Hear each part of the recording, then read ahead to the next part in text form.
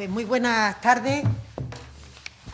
a todos y a todas, a las personas que estáis aquí presencialmente en la sala y al resto de vuestros compañeros que nos están siguiendo a través de la videoconferencia y, por supuesto, a todos los ciudadanos que nos escuchan. Me acompaña esta mañana, en el día de hoy, en esta rueda de prensa, por una parte, la ministra de Educación y Formación Profesional, Isabel Celaá, que va a trasladarle cuestiones importantes y novedades de su departamento, e igualmente la ministra de Industria, Comercio y Turismo, Reyes Maroto, que hará lo mismo y lo propio, también con algunas ayudas y algunas cuestiones aprobadas esta mañana en el Consejo de Ministros. Lo primero que me gustaría trasladarles esta mañana es que la semana para este país es muy importante y, sobre todo, en 4 elementos clave. El primero, y se lo pueden imaginar fácilmente, es porque estamos ya en la última semana del estado de alarma, que decae este próximo domingo 21 a las 0 horas. Desde que se aprobó el estado de alarma, allá por el día 14 de marzo hasta el 21, habrán transcurrido en concreto 100 días en los que el conjunto de la sociedad han demostrado su enorme capacidad de adaptación, de resistencia, de superación, en definitiva, de sacrificio, sobre todo para proteger a las personas más vulnerables. Han sido para todos los ciudadanos meses muy duros que, por desgracia, han dejado un número de víctimas, miles de víctimas, a las que siempre rendiremos tributo y tendremos en nuestra memoria. Somos vulnerables individualmente, es una de las lecciones que hemos aprendido durante esta pandemia, pero también, igualmente, sabemos ahora que si actuamos todos unidos somos mucho más fuertes. Y ese elemento y esa circunstancia es imprescindible para seguir transitando esta etapa que hoy por hoy todavía nuestro país tiene que recorrer, y con muchas de las fortalezas y de las capacidades que durante estos 100 días se han demostrado de forma clara. De todo lo bueno que somos capaces de hacer si lo hacemos de la mano, si lo hacemos unidos y si cada uno cuidamos del otro. Desde ayer lunes se encuentra en fase 3 la práctica totalidad del territorio, en concreto 3 de cada 4 españoles, y a partir de las 0 horas del próximo domingo no habrá restricciones de movilidad entre territorios al decaer el estado de alarma, por lo que, una vez más, queremos hacer un llamamiento a la responsabilidad y a la prudencia. Esa responsabilidad ha permitido salvar miles de vidas. Todavía tenemos riesgo y, por tanto, volvemos a insistir en que el lavado de manos, la distancia social, la utilización de mascarillas, el aseo frecuente de los lugares públicos son clave para conseguir mantener a raya el virus, como hemos hecho hasta la fecha. A partir del domingo, por tanto, damos fin ya a este estado de alarma, que ha sido, y quiero insistir en ello, la herramienta más eficaz que hemos tenido el conjunto de los países para contener esta pandemia. Un instrumento que ha permitido salvar vidas y que también nos ha permitido prepararnos mejor, reforzar nuestro sistema sanitario para que las personas pudieran ser atendidas con las máximas condiciones de calidad en el momento en que presentaban la enfermedad. Tenemos que ser también muy conscientes de que hasta que llegue la vacuna, hasta que tengamos el tratamiento definitivo, tendremos que seguir transitando esta nueva normalidad con las condiciones que el Ministerio de Sanidad no se cansa de repetir. En segundo lugar, y como segundo elemento importante de la semana, justamente en estos días hemos reactivado uno de los motores más importantes de nuestra economía, como es el turismo. Empezamos en el día de ayer con el corredor turístico entre Alemania y Baleares, un país que tiene, como ustedes saben, conexiones muy importantes con el nuestro, y de la misma manera este domingo también se levantarán las fronteras en el espacio Schengen. Es esto, como dijo el presidente el domingo, con Portugal, que saben que lo hará, lo reabrirá en un acto especial que se celebrará el próximo día 1 de julio. Por eso, desde el Gobierno queremos transmitir que tenemos muchas esperanzas en que la reapertura de fronteras internas de la Unión Europea imprima dinamismo a uno de los sectores más castigados, más golpeados durante el confinamiento y las restricciones de movilidad, como ha sido el sector del turismo. Y precisamente también este jueves se presentará un ambicioso plan de impulso al turismo que hemos diseñado, en concreto el Ministerio de Turismo, con los representantes del sector. Por eso queremos insistir en que no solo se trata de un área que es puntal de riqueza y de empleo, sino que también es nuestro mejor embajador, nuestra mejor carta de presentación como país, en donde queremos y deseamos que los visitantes se sientan como en casa y quieran volver a repetir experiencias, porque efectivamente somos un país que merece la pena. También vamos a contribuir desde este sector que, insisto, se reabre su frontera Schengen el próximo día 21. Queremos insistir en que la recuperación con la calidad van de la mano y, por tanto, el sello de seguridad es la mejor garantía de futuro para el sector. Todo el mundo que venga, que sepa que se va a sentir protegido en nuestro país, de la misma manera que las personas que convivimos habitualmente en España, tenemos que tener la seguridad de que aquellos que vengan procedentes de otra zona también contarán con las medidas de seguridad oportunas. Junto al turismo, esta semana también se ha presentado la automoción, el plan de recuperación para otro de los sectores importantes de nuestra economía, un plan que se ha dotado con 3.750 millones de euros y que la propia ministra de Industria, cuando tome la palabra, le puede dar más detalles. Pero sí lo quería enmarcar en que para desarrollar ya algunas de sus medidas, hoy mismo, a pesar de que el plan se presentó ayer, se ha aprobado por el Consejo de Ministros el plan MOVES II, que incluye algunas de las medidas que se anunciaron en la jornada de ayer. Turismo, automoción son ejemplos de cómo estamos sentando las bases para la reconstrucción social y económica del país, para un crecimiento que tiene que ser cada día más inteligente, un crecimiento especializado, sostenible y que aporte el valor añadido que necesita nuestro tejido productivo.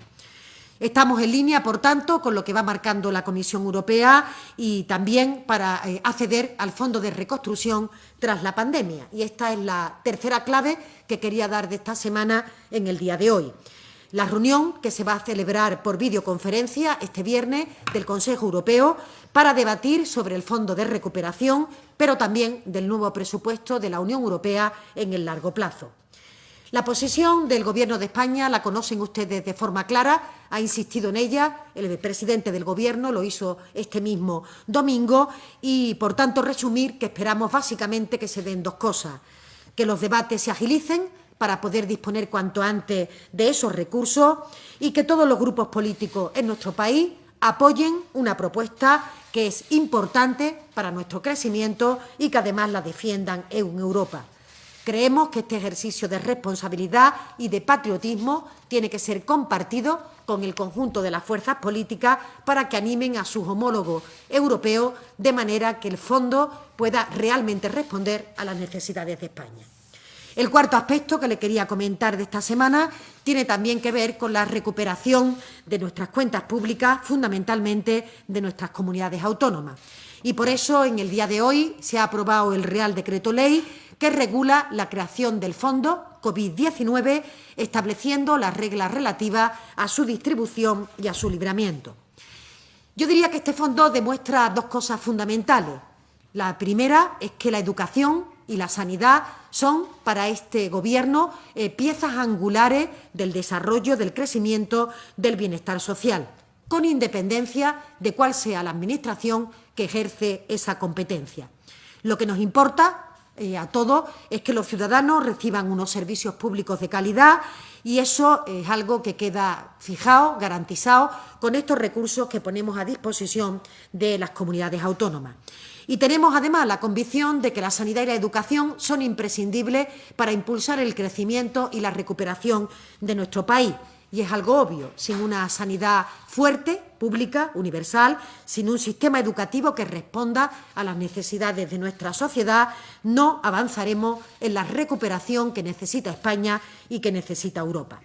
Y, en segundo lugar, también el fondo pone de manifiesto, demuestra que este Gobierno cree firmemente en el Estado de las autonomías y a diferencia de lo que se ha producido en otras gestiones de crisis por gobiernos anteriores, estamos dotando a las comunidades de recursos suficientes, que no son préstamos, que no son recursos que tengan que devolver o que incrementen su déficit o su deuda, sino que son recursos que el Gobierno se endeuda para ponerlos a disposición de las comunidades autónomas para que puedan seguir fortaleciendo la sanidad, la educación y puedan también seguir transitando esta nueva normalidad, sobre todo con el inicio del curso escolar, con la atención temprana de brote, sin que se produzca ningún tipo de situación de distorsión para la vida cotidiana de los ciudadanos, pero sobre todo preservando la seguridad. Muy brevemente, entrando en el fondo de lo que en el día de hoy hemos aprobado, pues como decía, se trata de 16.000 millones que tienen como objetivo financiar los gastos derivados de la pandemia, fundamentalmente en el sistema sanitario, incrementando las partidas también en educación y compensando la caída de ingresos fiscales y añadidamente del servicio de transporte. Decía que es la mayor transferencia de recursos que jamás se ha transferido a las comunidades autónomas y que demuestra el compromiso del Gobierno para que todos los ciudadanos seamos iguales, vivamos donde vivamos. De otro lado, también el fondo tiene una característica imprescindible para las comunidades, que es un fondo no reembolsable. Esto significa que no tendrán que devolver el dinero, ni tampoco va a incrementar, como decía, su deuda pública, ni va a generar intereses que tengan que abonar al Estado español. Es un balón de oxígeno real a las necesidades que tienen las comunidades y que permitirá también pagar en tiempo y en forma a los proveedores, acceder a la liquidez extraordinaria que ello conlleva y reforzar, en definitiva, las políticas dirigidas a los ciudadanos. Quiero destacarles que en el proceso de elaboración hemos escuchado a todas las comunidades autónomas y también a la gran parte de los grupos políticos. Una vez que hemos analizado esta información que ellos nos han remitido o que nos han transmitido las propias comunidades, hemos establecido el fondo de la siguiente manera. 9.000 millones se destinan a parte sanitaria que en este momento desarrollan las comunidades autónomas. Esto significa que más de la mitad del fondo se va a destinar a combatir la pandemia con el gasto sanitario que ello conlleva y a reforzar las plantillas, los sistemas de salud, para que estemos en condiciones de actuar de forma temprana ante la aparición de cualquier tipo de brote incipiente. 2.000 millones van a cubrir las necesidades en el sistema educativo y otros 5.000 la compensación de la caída de la recaudación de los impuestos propios de comunidades y también la de la caída de viajeros en el marco del transporte público también de las comunidades autónomas. Los criterios, las variables y las ponderaciones son fruto del diálogo, como decía, con los grupos políticos y son criterios objetivos, razonables, transparentes, por tanto reproducibles por cualquier persona que los aplique para que no haya ningún tipo de duda sobre el que a todo el mundo se le da aquello que le corresponde. Vamos a desembolsar los tramos en cuatro momentos. Un primero, que serán 6.000 millones que vamos a pagar en el mes de julio y que se van a repartir en función de población protegida equivalente, pacientes en la UCI que han estado o que han tenido que ser ingresados en la UCI, pacientes que han tenido que ser hospitalizados y el número total de pruebas PCR que se han realizado por la comunidad autónoma. Para ello tomaremos los datos a fecha 30 de abril para el reparto de este primer tramo. En el caso de Ceuta y Melilla se va a recibir un fondo fijo por importe de 12 millones de euros.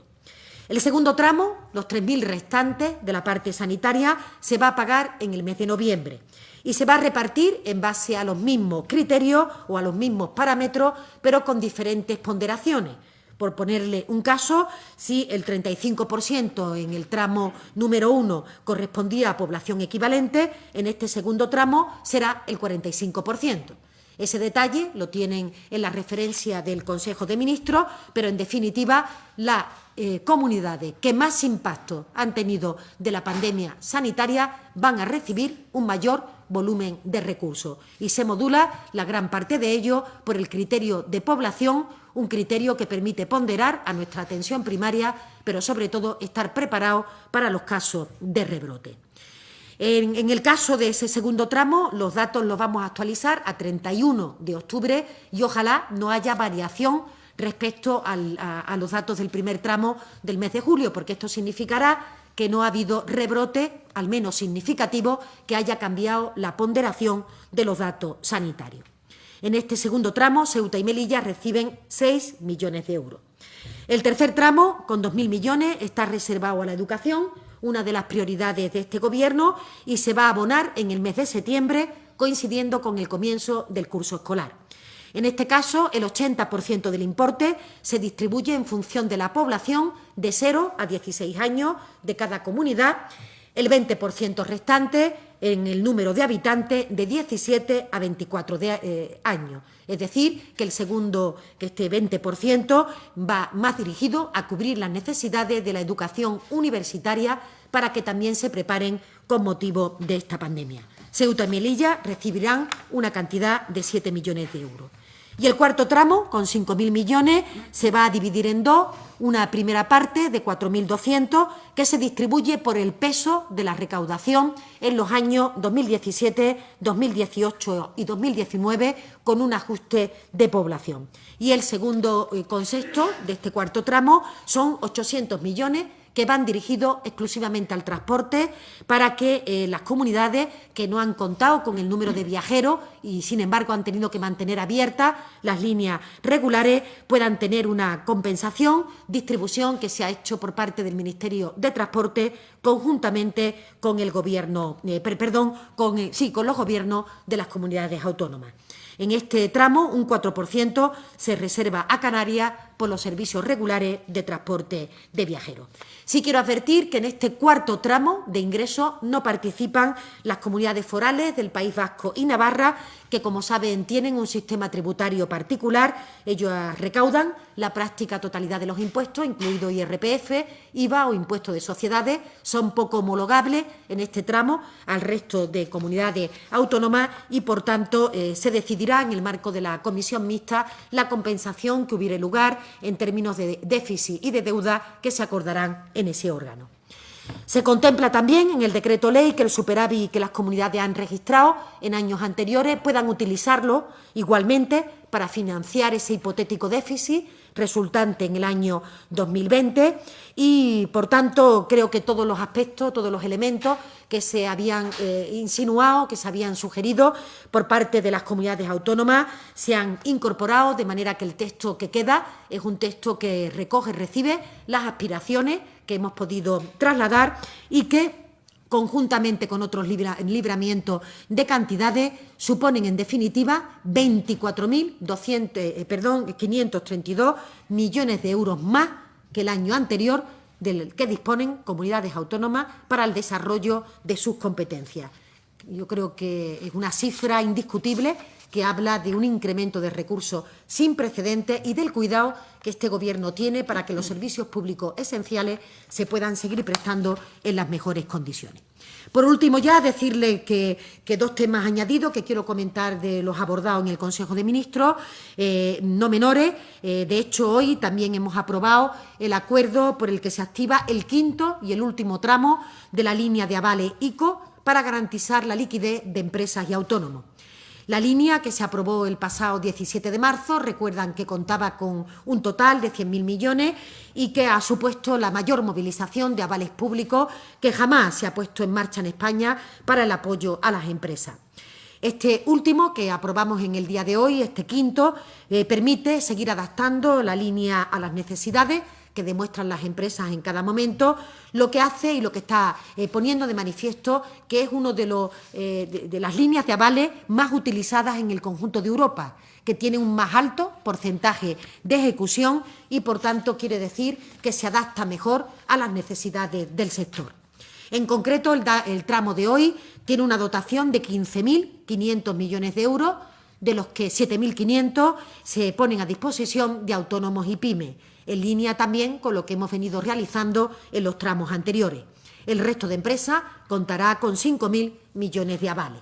Y también quiero comentar que para impulsar el sector turístico se reservan 2.500 millones, insisto que luego la ministra de Industria también podrá hacer alguna mención específica, pero hemos tenido especial cuidado, especial interés con las empresas turísticas que reclamaban también una parte importante para contribuir a su liquidez.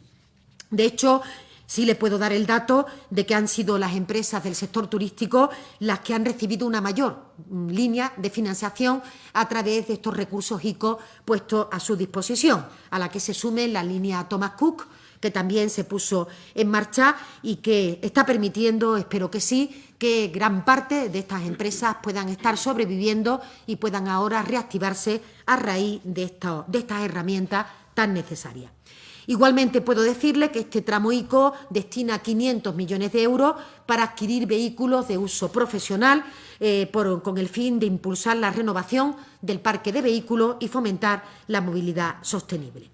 Les doy el dato de que las empresas españolas han recibido ya por estos tramos ICO puestos a su disposición más de 69.000 millones de euros de financiación y con datos a 14 de junio hemos aprobado 565.110 operaciones con un importe avalado que ha superado los 52.761 millones de euros. El mayor volumen ha ido dirigido a pymes y autónomos, el 98% del total de las líneas de los préstamos aprobados, y esto ha permitido que estas empresas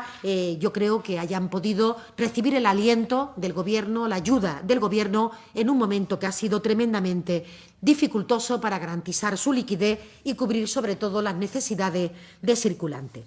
El resto de empresas, como digo, han recibido más de 20.000, empresas ya de mayor tamaño, cuestión que también ha sido fundamental. El tercer tema que les quiero informar del Consejo de Ministros ha sido la aprobación, a propuesta del Ministerio de Transición, para la segunda edición del programa MOVES, que establece incentivos a la movilidad sostenible. Este año se aumenta su dotación en más del doble respecto a la convocatoria del año anterior y, como decía, ha sido una medida que está incardinada dentro de los anuncios desarrollados en el día de ayer por el presidente del Gobierno en el marco del Plan de Automoción y que van a participar de ella las comunidades autónomas financiando bien con ayudas directas, con compra de vehículos eléctricos o híbridos enchufables o instalación de infraestructura de recarga, préstamos de bicicletas eléctricas, así como planes de implantación de movilidad en los centros de transporte a los centros de trabajo. Decirles también que, como novedad, la línea presenta que pueden utilizarse los recursos para la conversión de carriles convencionales en carriles bici o para espacios que se reserven para el peatón. También, entre las novedades, se pueden dar ayudas directas para instalar puntos de recarga en hospitales u otros edificios de titularidad pública o renovar las flotas de vehículos y transporte público. Las ayudas para las compras de estos vehículos alternativos varían entre los 750 euros o los 15.000 según el tipo de vehículo y su motorización, si es híbrido enchufable, eléctrico puro o un vehículo a gas. En el caso de los que son ligeros eléctricos, la subvención podría llegar a los 5.500 euros si además se achatarra el vehículo antiguo, que tendría que tener más de 7 años. Como digo, encontrarán los detalles de este programa en la referencia del Consejo de Ministros y algún añadido que podrá proporcionar la propia ministra de Industria. Y paso sin más la palabra a continuación a la ministra de Educación y de Formación Profesional. Muchas gracias, ministra portavoz. Me alegro encontrarme de nuevo con ustedes aquí, verles personalmente y comprobar que están ustedes bien. Como bien ha dicho la ministra portavoz, pero no nos cansaremos de repetir y para ello necesito toda su capacidad profesional para proyectarlo a las familias, la educación es justamente el motor de desarrollo de las sociedades, es generadora de valor añadido, es compensadora de desigualdades de origen y, por lo tanto, herramienta para la igualdad. Pero, sobre todo, y además, y en lo que ahora nos concierne, es principal motor económico. España, el Gobierno de España, cree en la educación y por eso se alinea ahora para responder a esta pandemia precisamente con aquellos países que, al margen de coyunturas políticas y económicas, continúan con la inversión en la educación, porque saben que una educación más fuerte hace sociedades mucho más prósperas, garantiza mejores salarios y, desde luego, más y mejor ciudadanía. Por eso, la pandemia de la COVID-19 y el confinamiento, que ha puesto de manifiesto, ha puesto en evidencia tantas necesidades del sistema educativo español, hoy viene siendo respondida por el Gobierno de España con distintas medidas para mejorar la inversión en educación. Una de esas necesidades que se ha puesto de manifiesto es precisamente el hecho de que, aún a pesar de que hayamos podido arreglarnos con la educación online, ustedes saben que la declaración del estado de alarma fue seguida de una sustitución de la educación presencial por la educación a distancia, principalmente online. Nos hemos podido arreglar, pero efectivamente hemos podido comprobar que todavía tenemos muchas necesidades sin cubrir. Por eso, hoy estamos haciendo un gran esfuerzo inversor en materia de digitalización. Además, este esfuerzo inversor del que voy a darles cuenta se ha visto acompañado por otros esfuerzos inversores, tales como el que hemos hecho en el Fondo de Becas y Ayudas al Estudio, que, como ustedes saben, también se incrementó en un 22%, y además en los 2.000 millones que han sido explicados ya por la ministra portavoz. Hoy, por tanto, el Consejo de Ministros ha aprobado la suscripción de un convenio entre el Ministerio de Asuntos Económicos y Transformación Digital, Red.es, y el Ministerio de Educación y Formación Profesional, gracias al cual vamos a poner en marcha el programa Educa en Digital. Este programa prevé movilizar hasta 260 millones de euros para la digitalización de la educación. 190 millones de euros a través de Red.es, de ellos 184 millones de fondos FEDER y 70 millones por parte de las comunidades autónomas que se adhieran al programa, para dotar de dispositivos y conectividad a centros de titularidad pública. Ustedes saben que los programas europeos se trasladan a través de todo lo que es la iniciativa pública. Los centros pondrán a disposición de los alumnos más vulnerables, mediante préstamo, hasta 500.000 dispositivos. Es decir, obviamente los dispositivos serán de propiedad de los centros educativos de la Administración. Hasta 500.000 dispositivos electrónicos con conexión a Internet, que faciliten la educación digital tanto de forma presencial en el centro como desde el hogar. Los equipos se comenzarán a distribuir a lo largo del primer trimestre del curso 2021, conforme se vayan firmando los distintos convenios con las comunidades autónomas. Junto a estos convenios se pondrá en marcha una mesa para la digitalización de la educación, para coordinar la colaboración entre el sector público y el sector privado e implementarla. Venimos conociendo ya desde hace muchos meses el gran interés de las empresas públicas y privadas por implementar toda la digitalización en el ámbito educativo. El programa también va a poner en marcha plataformas de asistencia a profesorado, alumnado y autoridades educativas mediante la aplicación de la inteligencia artificial para promover una educación más personalizada, que, como saben ustedes, es uno de los principios rectores de la ley, de la LOMLOE, igual que la digitalización es otro. Adicionalmente a las medidas que se financiarán con estos recursos, vamos a seguir impulsando la formación de los docentes para el desarrollo de las competencias digitales, con cursos de formación online como los que ya ofrece el Ministerio de Educación y Formación Profesional a través del Instituto Nacional de Tecnologías Educativas y Formación del Profesorado, más conocida como INTEF. Igualmente, vamos a fortalecer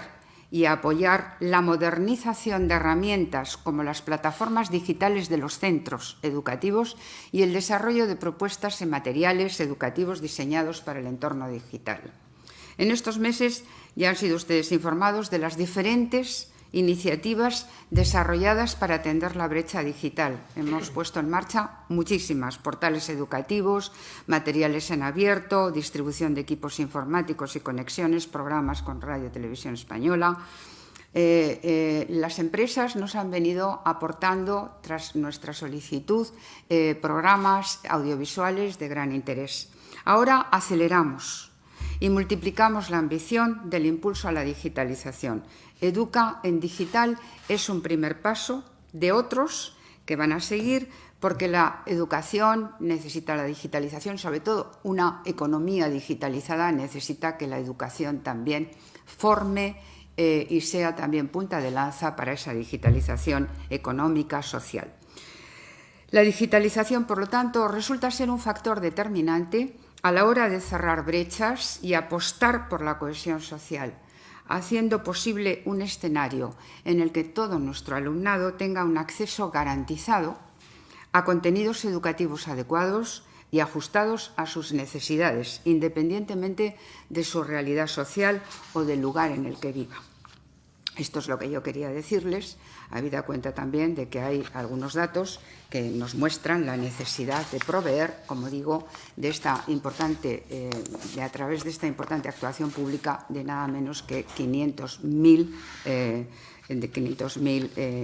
herramientas, dispositivos electrónicos con conexión a Internet. Y nada más, y estoy a sus preguntas cuando ustedes deseen formularlas. Muchas gracias, ministra de Educación. Y a continuación le paso la palabra a la ministra de Industria, Comercio y Turismo. Muchas gracias. Buenos días a todos y a todas.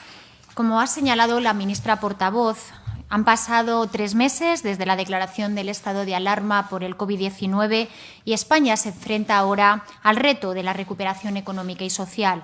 Un reto que solo es posible abordar desde la unidad de acción, desde un gran acuerdo de reconstrucción que cuente con el respaldo de las fuerzas políticas y de los agentes sociales. Las administraciones públicas, empresarios y sindicatos estamos convocados a trabajar juntos, como ayer se demostró en el acto de presentación del ambicioso plan de impulso de toda la cadena de valor del sector de la automoción. Un verdadero plan país con una dotación de 3.750 millones de euros y con un compromiso firme por todas las partes para amortiguar el impacto del COVID sobre el sector, pero sobre todo con una mirada hacia el futuro. Hoy, en Consejo de Ministros, hemos movilizado 650 millones de euros del total de 3.750, como digo, 650 millones de euros. 100 millones corresponden al Plan MOVES 2, que ha explicado la ministra portavoz, para la renovación del parque hacia esa movilidad sostenible y conectada. 500 millones de euros de una línea ICO de avales para vehículos industriales y 15 millones de euros para inversiones productivas en plantas industriales de automoción. Pero además, el Gobierno es consciente de que en el contexto actual, marcado sin duda todavía por los efectos de la pandemia, es urgente movilizar recursos públicos para apoyar a proyectos industriales y especialmente a proyectos que favorezcan la transformación digital y nuevos modelos de negocio. La política industrial de este Gobierno se desarrolla en torno a 3 ejes: el apoyo a la reindustrialización y la competitividad de las empresas, la digitalización de los procesos y el impulso tecnológico a empresas y sectores con gran efecto tractor sobre actividades auxiliares y complementarias, también con esa capacidad importante de movilización de las cadenas de valor estratégicas identificadas por la Comisión Europea. Es fundamental, por tanto, el apoyo a proyectos que promuevan la mejora de la competitividad a través de la I+D+I. Y en línea con estas grandes líneas de política industrial, hoy hemos aprobado en el Consejo de Ministros 2 paquetes de medidas de financiación, uno para la industria y otro para las pequeñas y medianas empresas, con un volumen total de 173,5 millones de euros. El primer paquete, centrado en el apoyo al sector industrial, está dotado con 75 millones de euros y el segundo con 98,5 millones de euros. Paso a explicarles su contenido.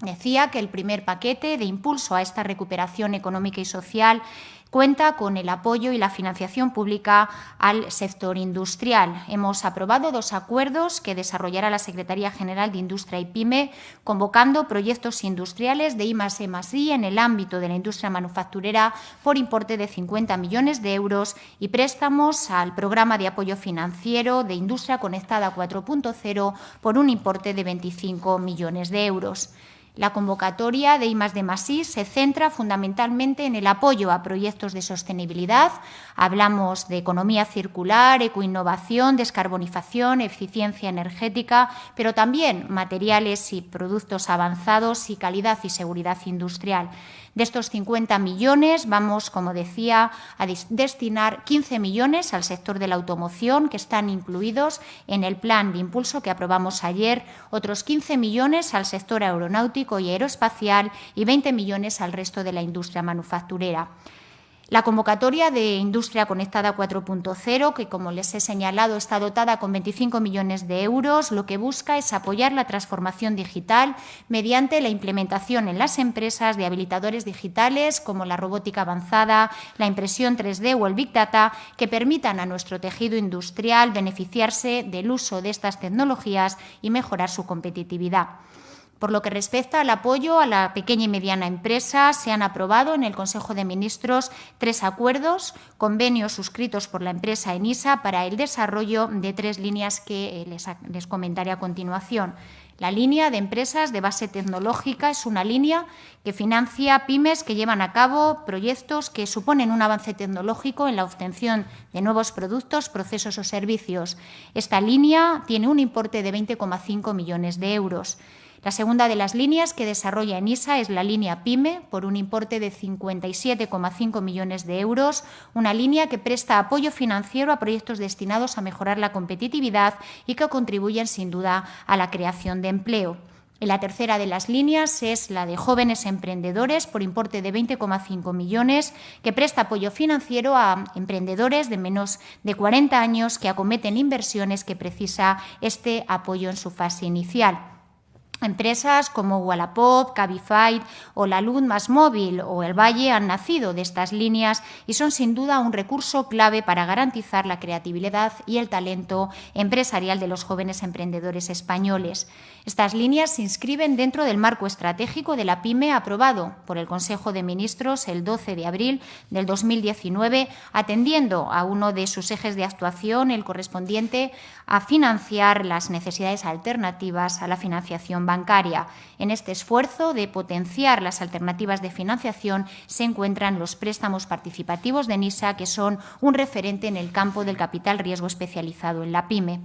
Y para terminar, y como he señalado al principio, es el momento de la recuperación económica y social. Todos estamos convocados a trabajar en una misma dirección, con diálogo, con consenso y unidad, que es lo que espera la ciudadanía. Muchas gracias y a su disposición para las preguntas. Muchas gracias, ministra, y quedamos, como siempre, secretario de Estado, a disposición de los periodistas que están presentes y aquellos que nos siguen a través de la conexión. Vamos allá, ministra portavoz. Hoy tenemos un grupo de periodistas y medios compuesto por Televisión Española, Colpisa, El Periódico, Política Online, El País, Consalud, El Confidencial, CNN Internacional, Radio Euskadi y la TVG. Por favor, digamos nuestro nombre, vuestro nombre al formular las preguntas. Comienza Televisión Española. Gracias, buenas tardes. ¿Qué tal? Tengo 3 preguntas para la ministra portavoz. La primera tiene que ver con los presupuestos. A expensas de lo que pase con las negociaciones en Bruselas, ese fondo de recuperación, ¿cuándo tiene previsto el Gobierno empezar a negociar y a tantear a los grupos de la oposición para aprobar unas cuentas que ustedes definen como urgentes y necesarias y que siguen prorrogadas? Y si tras los contactos que han tenido con Ciudadanos, creen que el partido de Inés Arrimadas estaría dispuesto a apoyar unas cuentas que pactarían, por ejemplo, también con Esquerra Republicana. La segunda pregunta es sobre los ERTEs. Tras la reunión de ayer se han quedado en seguir negociando con patronal y sindicatos. Mi pregunta es si el Gobierno está abierto a prorrogar los ERTEs hasta diciembre, como quieren los empresarios. Y la última, ya quedan pocos días para que termine el estado de alarma y seguimos sin conocer la cifra actualizada de fallecidos por la COVID-19. ¿Por qué no se ha publicado aún? Gracias. Sí, muchas gracias. Yo creo que el presidente del Gobierno fue francamente claro el pasado domingo respecto a la cuestión de cuál es la previsión que tiene el Gobierno para la presentación de los presupuestos. Lo primero que quiero transmitir es que nunca ha habido un momento más adecuado para que nos pongamos de acuerdo las fuerzas políticas en la presentación de unas cuentas como es justamente después de una pandemia de esta dimensión. Es ahora o nunca será posible, ¿no? Quiero decir con esto que no hay ningún elemento el que pueda anteponerse al interés general ni las diferencias ideológicas, ni los matices respecto a determinados proyectos, por lo que tenemos que explorar todas las opciones posibles para que el conjunto de las formaciones políticas se sientan llamadas, se sientan invitadas y participen del proceso de elaboración de presupuestos. Y créanme que les diga que no es el momento, ni, como decía, de los matices, pero tampoco de los vetos cruzados. Yo creo que en este momento lo fundamental es saber qué queremos hacer para los próximos años, cuáles son las propuestas que tenemos que discutir, más que quién es el que ha puesto encima de la mesa la propuesta o quién no lo ha puesto encima de la mesa. Y en este sentido los ciudadanos nos esperan y las expectativas que tienen es que entre todos seamos capaces de reanimar la economía de nuestro país y permitir que la situación pueda avanzar. Y los tiempos del presupuesto lo conocen ustedes perfectamente, cómo se administran, cómo se desarrollan. Evidentemente, para que puedan entrar en vigor, se tienen que presentar en el entorno, ¿no?, del mes de octubre y, por tanto, todos los trámites previos hay que desarrollarlos desde los trabajos preparatorios, reuniones con los grupos, aprobación de la senda de estabilidad, senda que va a estar en función también de las conversaciones, del diálogo que tengamos con la Unión Europea, para ver, a partir del plan de estabilidad remitido, cómo se transita en los años venideros. Pero nuestra ilusión, digamos que nuestras expectativas respecto a estos presupuestos son muchas, porque creemos que de la mesa de reconstrucción las conclusiones que salgan se tienen que ahormar en unos números que tienen que componer estos presupuestos primero de la reconstrucción después de esta pandemia tan grave y en la que nadie se puede quedar atrás. En relación con la segunda pregunta, creo que se la he contestado al principio, ¿no?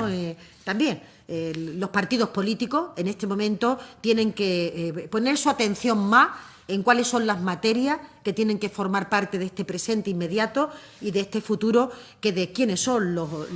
las formaciones políticas que ponen a discusión una determinada medida u otra medida. Nosotros, el presidente lo dijo con claridad, nuestra voluntad es, por supuesto, seguir hablando con aquellos que hicieron posible la investidura del presidente Sánchez, con los que tenemos un acuerdo estable, firmado, para el desarrollo durante este periodo, pero el momento obliga a ser exigible a abrir esa negociación al conjunto de las formaciones políticas y ojalá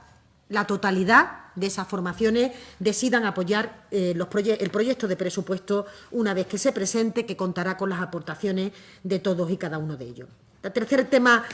que me planteaba, relativo a los ERTE, nosotros respetamos el ritmo del diálogo social, se está negociando, tenemos gran confianza en el acuerdo entre el Gobierno, empresarios y sindicatos, no en vano hemos aprobado medidas tan importantes en lo poco que llevamos de legislatura, como el incremento del salario mínimo interprofesional o como el sistema de ERTE, que quiero decir que se ha demostrado como uno de los sistemas más efectivos en el conjunto de Europa para parar la hemorragia que podía haber tenido nuestro mercado laboral, que a pesar de ello, evidentemente, está sufriendo y está sufriendo mucho, pero nos ha permitido garantizar las rentas de más de 3,5 millones de personas y que también las empresas se hayan podido acoger a un mecanismo que no ha expulsado de forma definitiva a los trabajadores del mercado laboral, de manera que ahora, con los planes que ha comentado la propia ministra de Industria y otros que se irán sumando a lo largo de los próximos días, podremos, de alguna forma, recuperar el tono muscular que tenía nuestro tejido productivo antes de que comenzara esta pandemia.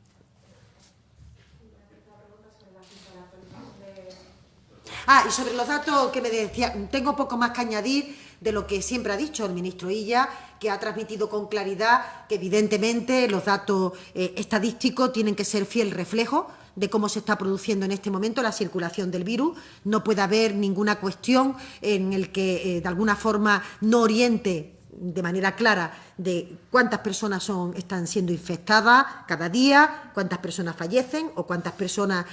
hospitalizan, porque eso nos da una idea de cómo es el grado de circulación del virus una vez que termine esta situación de pandemia, y ojalá que sea pronto, porque pronto tengamos esa vacuna, se podrán incorporar a todos los datos, todo lo que se hace en todos los estudios epidemiológicos respecto a la mortalidad indirecta o respecto a cualquier otro factor que se entienda que puede ser de interés para hacernos una idea de cuál ha sido la dimensión global que ha tenido una epidemia de estas características. Pero poco más que aportar de lo que ha dicho el ministro Illa. Por videoconferencia interviene Colpisa. Buenas tardes, ministra. María Eugenia Alonso, de Colpisa. Tengo varias preguntas para la ministra portavoz. Retomando la pregunta de los presupuestos, me gustaría saber si cree el Gobierno que tendrá el apoyo suficiente para las subidas de impuestos que ha pactado con la coalición. Y luego, el presidente del Gobierno nos avanzó hace unas semanas que una vez que entrásemos en la nueva normalidad, habría un homenaje a las víctimas de la COVID que presidiría el Rey. Me gustaría saber si ya hay fecha para ese homenaje. Y luego, sobre varias preguntas económicas, los empresarios mantienen una cumbre paralela en la que insisten en que las medidas del Gobierno son insuficientes e inferiores a las de otros países cercanos, al mismo tiempo que exigen que no se derogue la reforma laboral y que tampoco se suban los impuestos. Me gustaría saber cuál es la respuesta del Gobierno a estas peticiones que tienen los empresarios. Y ya, por último, me gustaría que confirmase si las ayudas de compra a los coches son compatibles con las ayudas autonómicas, como es el caso, por ejemplo, del País Vasco. Gracias. Pues muchas gracias, María Eugenia, y muy brevemente, respecto a la cuestión relativa a los presupuestos,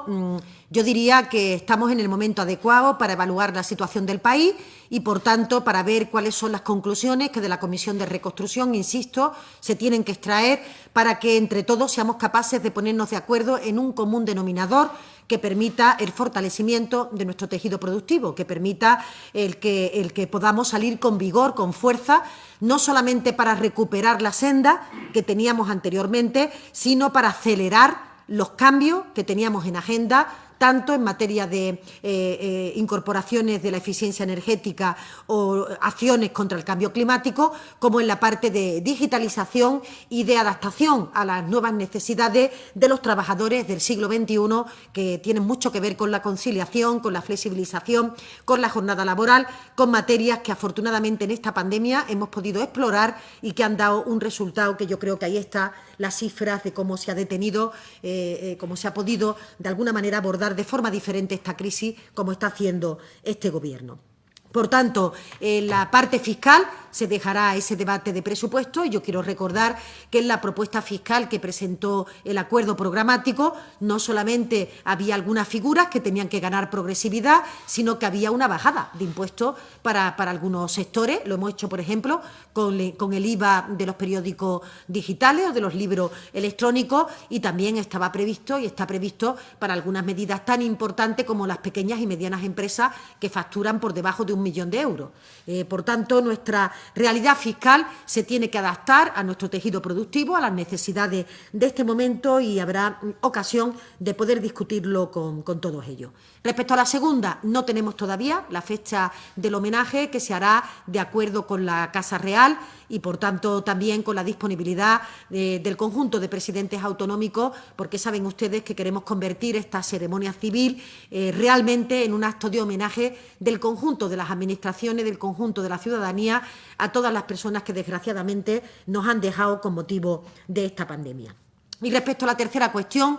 el Gobierno comprende perfectamente que las expectativas del sector industrial, del sector empresarial en general, sean unas expectativas amplias y que nosotros intentamos dar respuesta en la medida de nuestras posibilidades. Pero sí decirle que nuestro paquete de actuación es homologable con cualquier otro que ha puesto en marcha cualquier otro país vecino o cualquier país de la Unión Europea. Y yo creo que esto es importante leerlo, porque a veces un titular puede ser un titular llamativo, pero luego digamos que la exploración de la letra pequeña arroja que nuestro país está en condiciones absolutamente homologables, tanto de la liberación de recursos como del tipo de medidas que pone en marcha en otros países de nuestro entorno, porque todos estamos intentando proteger a nuestro tejido productivo e incluso impulsarlo. Y sobre qué cuestiones, en concreto relativos a medidas que me planteaba de reforma laboral, el diálogo social tiene la palabra. Todo se va a desarrollar en el marco del diálogo social, los tiempos se van a definir por parte del propio diálogo social y desde este Gobierno vamos a poner todo de nuestra parte para que los acuerdos que se tienen que producir se hagan justamente ahí. Sí, en relación con la pregunta que planteabas de la compatibilidad de las ayudas con las comunidades autónomas, la respuesta es que sí, son compatibles y, de hecho, como ha señalado la ministra portavoz, en el caso del MOVES ya se territorializó la ayuda en la conferencia sectorial y lo que haremos es distribuir estas ayudas para que las puedan ejecutar las comunidades autónomas. Ahora es el turno del periódico en la sala de prensa. Sí, por un lado, un par de preguntas para la ministra portavoz. Entre los acuerdos a los que llegaron con los grupos que permitieron la investidura, a los que usted hacía referencia, está la mesa sobre el conflicto político en Cataluña. El vicepresidente de la Generalitat pidió ayer que se reuniese antes del 15 de julio. Quería decir si el Gobierno está dispuesto a que se celebre esa cita antes de esa fecha, si en ese caso sería en Barcelona, como quedó fijado en la anterior con el presidente Torra celebrada aquí en la Moncloa. Y luego, sobre las negociaciones con el PP cara al decreto sobre la nueva normalidad, quería preguntarle cómo están transcurriendo, si el Gobierno cuenta cree que contará esta vez con el apoyo del partido de Pablo Casado y si esto de alguna manera prefigura un cambio de actitud cara a la negociación presupuestaria o no lo creen. Y para la ministra Maroto, sobre el plan de turismo que presentará el jueves, quería saber si habría algún tipo de incentivos fiscales, como está pidiendo el sector. Gracias. Sí, decía, me preguntaba usted en primer lugar respecto a un compromiso que volvió a reafirmar el presidente del Gobierno el pasado domingo, respecto a que, como siempre hemos dicho, una vez que transcurriera la parte más dura, más aguda de esta pandemia, podríamos retomar la agenda que habíamos acordado con las diferentes formaciones políticas que hicieron posible la investidura. Evidentemente, esas agendas hay que adaptarlas a la realidad del momento presente, pero en concreto ya el presidente dijo que no tenía ningún inconveniente porque la reunión de la mesa de diálogo sobre Cataluña se pudiera producir en el mes de julio. Queda pendiente concretar día, fecha y hora y lugar también donde se va a producir la reunión, pero, por supuesto, nosotros seguimos pensando, lo hemos pensado siempre, que solamente puede haber una solución dialogada a la situación en Cataluña, circunstancia que afortunadamente en este momento tiene que retomarse después de que se haya pasado la parte tan dolorosa de la situación de enfermedad, de pandemia, de fallecimiento que hemos vivido en nuestro país y en los países vecinos. En relación con las conversaciones, este Gobierno habla, me pueden creer, con la práctica totalidad de las formaciones políticas y sobre todo cuando entiende que hay proyectos que son del interés general, que no persiguen ningún tipo de proyecto político, sino que siguen permitir la seguridad de los ciudadanos para que todo el esfuerzo que se ha hecho previamente, un confinamiento de los más duros del conjunto de Europa, no se vaya al traste porque la situación de la nueva normalidad, hasta que tengamos vacunas, haga que los ciudadanos no mantengan unas conductas que son obligadas en términos de distancia, de mascarilla, de lavado de manos o que haya determinadas actividades que que favorezcan el que los contactos efectivos se multipliquen y no podamos preservar esta situación hasta que, ojalá pronto, tengamos, esperemos que a final de año, ya un remedio terapéutico que esté disponible. Esto significa que se habla con todos y se habla permanentemente con todos y luego cada formación política decide el sentido de su voto. Sí decirles que nosotros creemos que el Partido Popular, que el conjunto de las fuerzas que hasta hace poco se han manifestado contrarias en un frente del no a cualquier actuación que hiciera este Gobierno, tienen que retomar esa posición a un camino de diálogo, de normalidad, de apoyo en aquello que se está de acuerdo, de discrepancia en lo que no se está de acuerdo, pero no convertir permanentemente la bronca política en la manera de actuar o en la manera de expresar su sentir con el conjunto de los ciudadanos. Tenemos la esperanza de que el ingreso mínimo vital ha sido una medida que ha sido, digamos que, aprobada por la práctica unanimidad de todos los grupos parlamentarios, desde luego sin ningún voto en contra, y ojalá que esa tónica sea la que se establezca para las próximas semanas, en relación con la nueva normalidad, en relación con los fondos de 16.000 millones dirigidos a comunidades autónomas o con cualquier otra medida legislativa que, insisto, no esconde ningún tipo de perfil ideológico, sino que lo que hace es permitirnos vivir mejor, sobre todo a aquellos que tienen que proveer servicios tan importantes como la sanidad, como la educación, o que tienen que dar instrucciones claras dirigidas a los ciudadanos. Sí, en relación con la pregunta que planteaba sobre el contenido del plan de turismo, me vas a permitir que me reserve algunos de los detalles que tiene ese plan, puesto que estamos terminando de cerrarlo con toda la cadena de valor y que el presidente, con todos los agentes económicos y sociales, lo presentará el jueves. Lo que sí que me gustaría destacar de este plan son algunas medidas que ya se conocen porque las hemos puesto en marcha en las últimas semanas y, en particular, como señalaba la ministra portavoz, como saben, el lunes se puso en marcha el primer corredor turístico seguro. Es el único corredor turístico que se ha puesto en marcha en el conjunto de los países de la Unión Europea. Les tengo que decir que la experiencia está resultando muy buena desde el punto de vista de la seguridad, que es lo que más nos ha preocupado a la hora de abordar este proyecto. Así me lo manifestó la propia presidenta Francine Armengol ayer, que hablé con ella y con mucha ilusión para testar los protocolos, que es para lo que también este proyecto piloto queríamos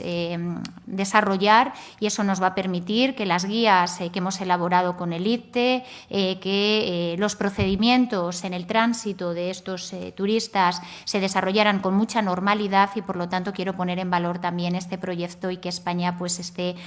a la vanguardia en cuanto a poder desarrollar este tipo de corredores, y por lo tanto en los 2 días que restan terminaremos el plan y les daremos habida cuenta el jueves de todo su contenido. La política online por videoconferencia. Buenos días, Nuria Val, de la Política Online. Para la ministra de Turismo me gustaría preguntarle, Fernando Simón asegura que el método más eficaz para evitar rebrotes es hacer PCRs. ¿Por qué no se han hecho test a la entrada de los turistas alemanes llegados ayer a Baleares? Si, como dice la OMS, los asintomáticos también transmiten el coronavirus. Y luego, por otra parte, a la ministra portavoz, sobre la mesa de diálogo con Cataluña dice que les falta la fecha, el lugar y la hora. ¿Cuándo lo van a fijar? ¿Están hablando estos días el Ejecutivo con el vicepresidente Pere Aragonés? Y luego, por otro lado, en el programa de estabilidad, el coste estimado de los ERTEs es de unos 17.000 millones. ¿Sabe el Gobierno cuánto llevan gastado ya? Y si ha puesto su ministerio limitaciones a la prórroga de los ERTEs para cumplir los compromisos de déficit con Bruselas, como asegura el ministro Escrivá que ha hecho con el ingreso mínimo vital. Muchas gracias. Sí, en relación a la primera pregunta y ligándola a desarrollo que he hecho del corredor seguro, nosotros hemos reforzado los procedimientos de entrada a España y queremos que efectivamente en estos momentos cumplen con todas las recomendaciones de la Comisión Europea. Tenemos procedimientos reforzados en los aeropuertos con control de temperatura, con un cuestionario y con un seguimiento aleatorio que se está haciendo de todos los turistas que están entrando en España. Hay un procedimiento reforzado en AENA también en el caso de que hubiera alguna sintomatología que llevara seguridad exterior a desarrollar un protocolo que va muchísimo más allá en cuanto a lo que es el control de la situación epidemiológica de esa persona que en su caso se encontrara. Por lo tanto, es en estos momentos donde estamos testando estos procedimientos y, pues en 7 días, que es el tiempo que nos hemos dado para que el corredor turístico seguro nos dé la información, veremos si efectivamente estos controles son adecuados. Si es así, mantendremos esa recomendación para el conjunto de los territorios españoles y, si fuera el caso de tener que reforzar con algún elemento más, pues se tomará la decisión en el grupo interministerial que hemos creado para abordar este tema. Muchas gracias. Sí, Nuria, en relación con el diálogo de Cataluña, poco que añadir respecto a lo que he comentado anteriormente a su compañero. Decir que es obvio, es evidente que este Gobierno ha estado con los 5 sentidos concentrados 24 horas en intentar combatir la pandemia, en hacer, por una parte, que los sistemas de seguridad puestos a disposición de los ciudadanos fueran efectivos, por tanto, que pudiéramos controlar la transmisión del virus, que nuestro sistema sanitario estuviera preparado y que nuestro tejido productivo se resintiera lo menos posible para que eso no se tradujera en desempleo, se tradujera en un mayor pesar y un mayor sacrificio para el conjunto de las personas. En paralelo, hemos estado trabajando en esas garantías de renta que han consistido en los ERTE, pero también han consistido en la aprobación de un ingreso mínimo vital, que es un antes y un después en el combate contra la desigualdad en nuestro país, con una prestación que tiene, como no, pues unas posibilidades de atender a aquellas personas que tienen dificultades de inserción en el mercado laboral, haciendo posible que esa retribución se acompañe, como digo, de un itinerario personalizado para que puedan encontrar un trabajo en las condiciones dignas que le permiten, ¿no?, que le permiten sus circunstancias. Por tanto, hemos hablado todo el tiempo con la Generalitat, probablemente no de la situación de Cataluña, pero ha habido conversaciones, por supuesto, todas las semanas, de los presidentes en las videoconferencias que se han celebrado de presidentes autonómicos, pero todos los ministros, yo diría, que hemos estado en permanente contacto con los miembros del Gobierno para transmitir, para afinar, para engrasar las diferentes situaciones, y yo misma con el vicepresidente aragonés en cuestiones tan importantes como este fondo, ¿no?, que hoy se pone a disposición de todas las comunidades autónomas y, por supuesto, también a disposición de Cataluña, que es una comunidad que ha tenido fuerte impacto también con motivo de esta pandemia. En la segunda parte de sus preguntas, la unidad del área económica, el diálogo, el debate, es una tónica de este Gobierno. En este Gobierno hay una sintonía entre los departamentos que permite que todos los proyectos se puedan abordar de forma colectiva y, por tanto, la posición del Gobierno respecto a los ERTE, la posición que mantiene el Ejecutivo en la mesa del diálogo social o que mantenemos cada uno de los ministros en nuestras apariciones públicas, es una posición dialogada, compartida, en la que todos aportamos nuestro granito de arena para que sea posible. En mi caso concreto, proveer los recursos necesarios para que esta situación de garantía de renta que ha posibilitado el ERTE, las exoneraciones, bonificaciones que han tenido las empresas en sus costes sociales, en sus cuotas, se pueda financiar sabiendo que nuestro compromiso con la fiscalidad, con la estabilidad, con los compromisos fiscales de Europa son compromisos claros que hemos reflejado a través de ese programa de estabilidad. No hay discrepancia en este sentido entre los ministerios, todos tenemos una clara digamos que foto de cuál es la realidad de nuestro país y de cuáles son los mecanismos que son imprescindibles activarlos. Así que no he presentado ningún tipo de apreciación más allá de la que le corresponde a mi departamento y de mi opinión, de la misma manera que le puedo afirmar que tampoco con el ingreso mínimo vital, que le he querido entender, ha habido ningún tipo de limitación que se haya producido por parte de mi ministerio. Lo que sí, evidentemente, es el contexto financiero, el contexto económico obligado en el que una familia desarrolla sus cuentas públicas, cuanto más un Gobierno que tiene que hacer frente a todos los compromisos de pago que comprometa ahora y en el futuro. Pregunta ahora el diario El País.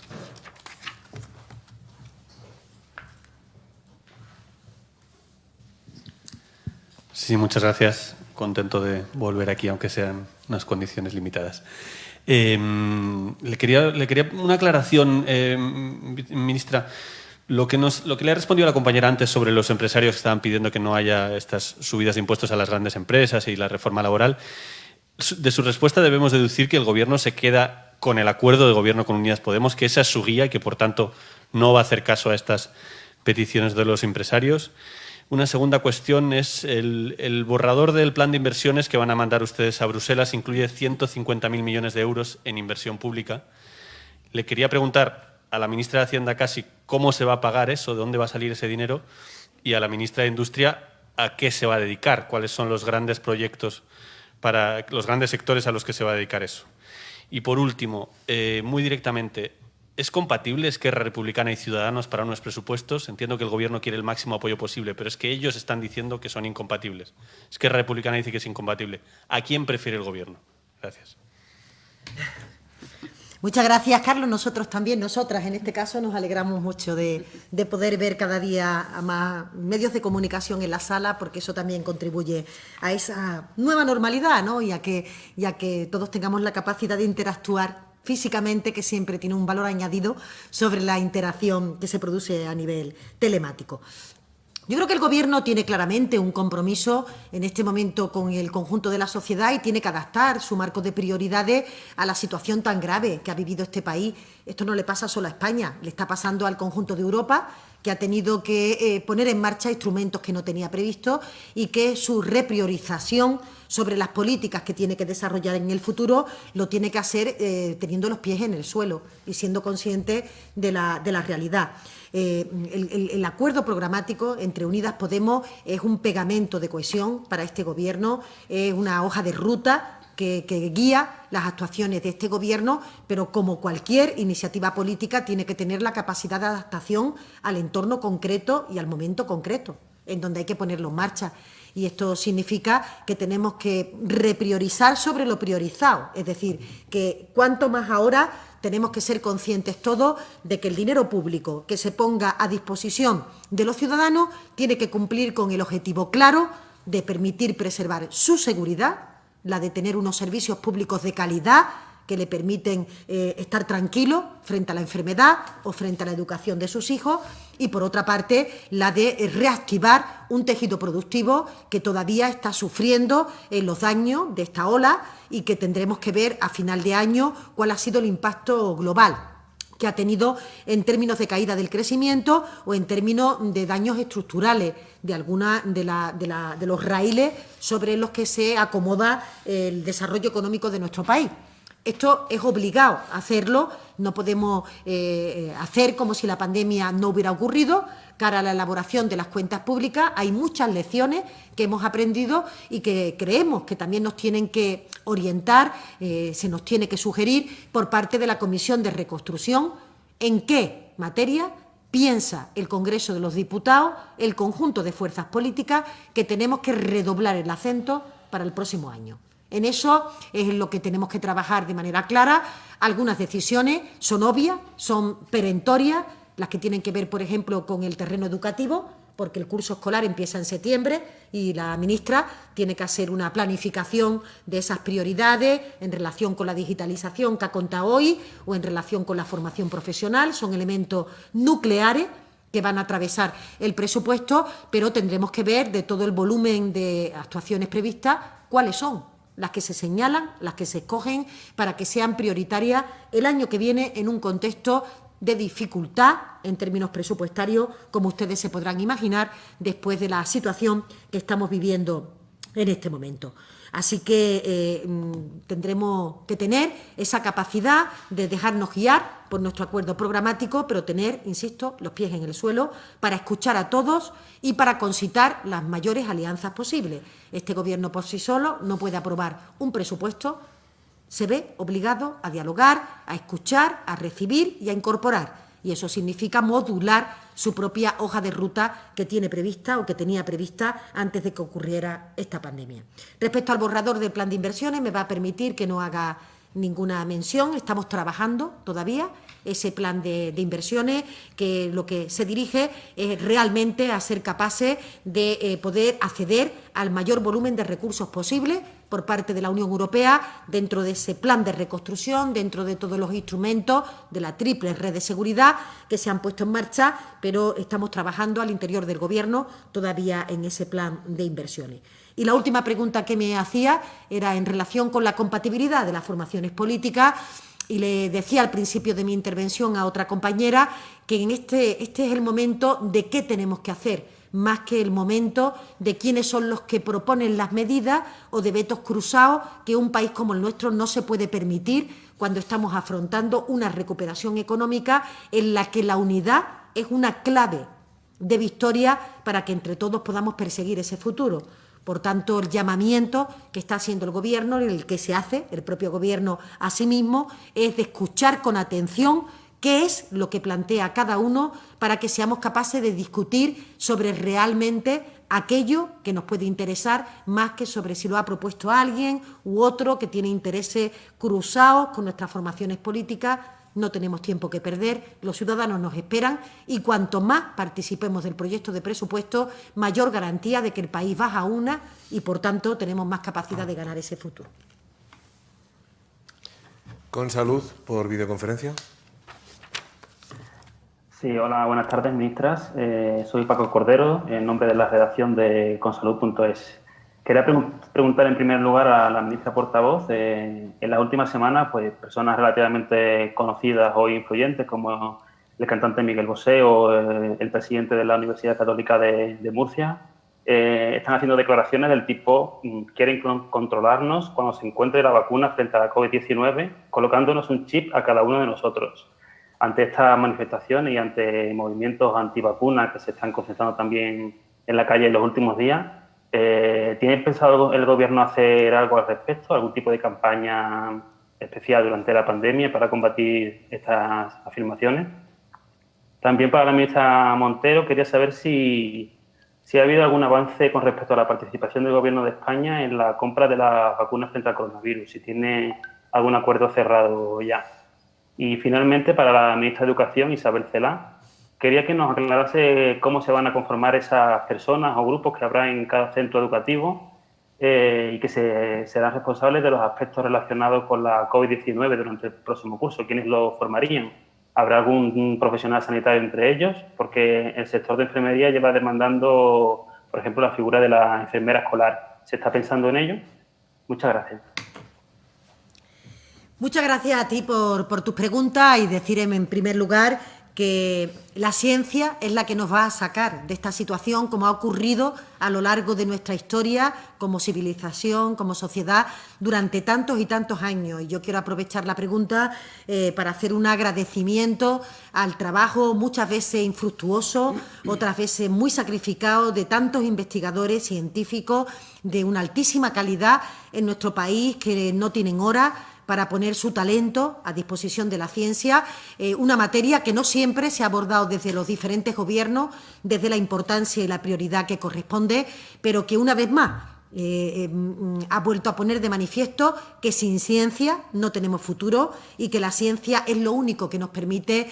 ser capaces de superar estos retos tan dramático que nos pone encima de nuestras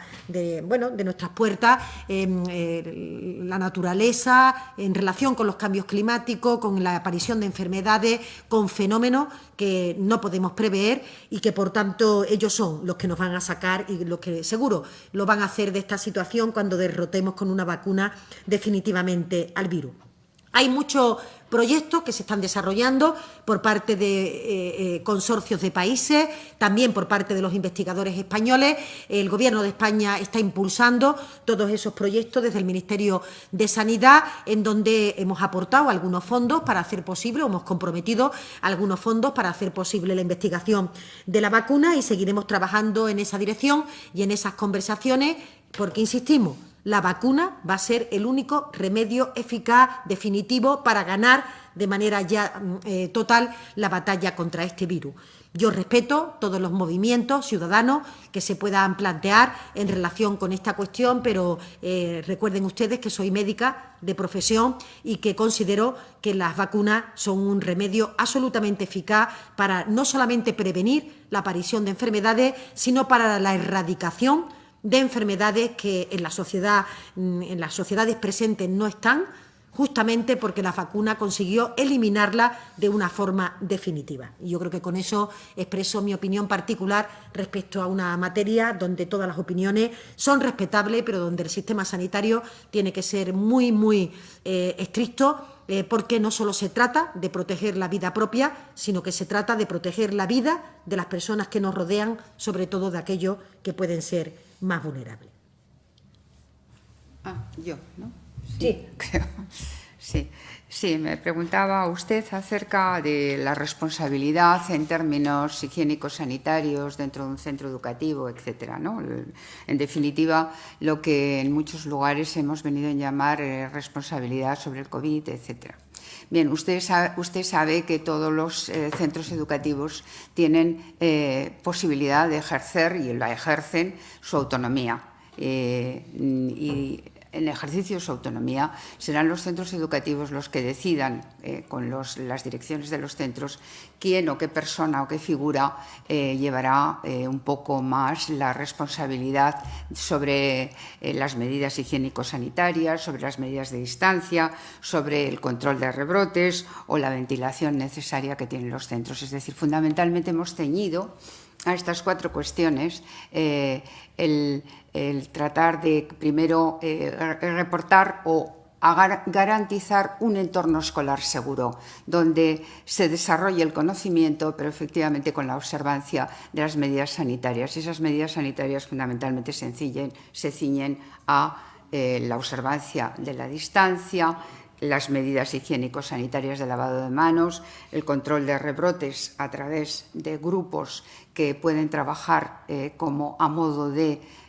burbujas, es decir, con estabilidad, con relación interna, pero desconexos, no relacionándose con otros grupos externos, y mucha ventilación, aire libre, todo lo que se pueda aprovechar. Por tanto, siempre habrá una figura que tenga más responsabilidad que otras en esta materia, pero usted esté seguro de que las direcciones de los centros, los profesionales de los centros, todos ellos darán además una formación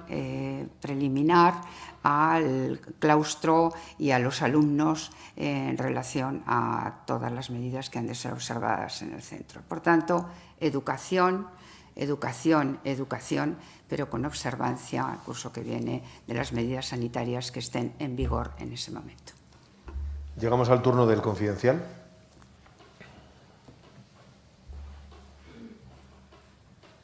Hola, buenos días, ministras. Encantado también de verlas. Tenía preguntas para las 3.